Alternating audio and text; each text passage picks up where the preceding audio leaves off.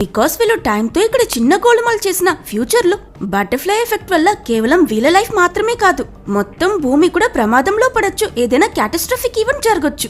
అయినా తప్పని తెలిసినా లారా పెద్దగా పట్టించుకోదు, తను ఇంకా హీరోని చూసిన సంతోషంలో ఉంటుంది.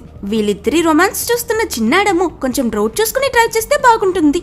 ఎలాగో వాళ్ళు మన వెంట రావట్లేదు కదా, స్లో అమ్మా స్లో అని అంటే లారా చూడాల్సింది వెనక కాదు పైన అని అంటుంది. ఎందుకు అని తలెత్తి చూస్తే అక్కడ మాయా ఇంకా క్రిస్టస్ వాళ్ళ జెట్లు వీళ్ళని ఫాలో చేస్తుంటారు, వాళ్ళ బండి మీదకి ఫైర్ చేస్తూ. ఆ షాట్స్ నుంచి వీళ్ళు తప్పించుకోవడం చూసి డైరెక్ట్ గా వెళ్లి అటాక్ చేయడానికి ఎగిరి హవర్ బోర్డ్ లో ఇద్దరు సోల్జర్స్ ని పంపిస్తారు. హైవేలోనే వెళ్తే వీళ్ళని వదిలించుకోవడం కష్టమని లారా బండి తిప్పి చెట్ల మధ్యలోకి డ్రైవ్ చేసుకుంటూ వెళ్తుంది.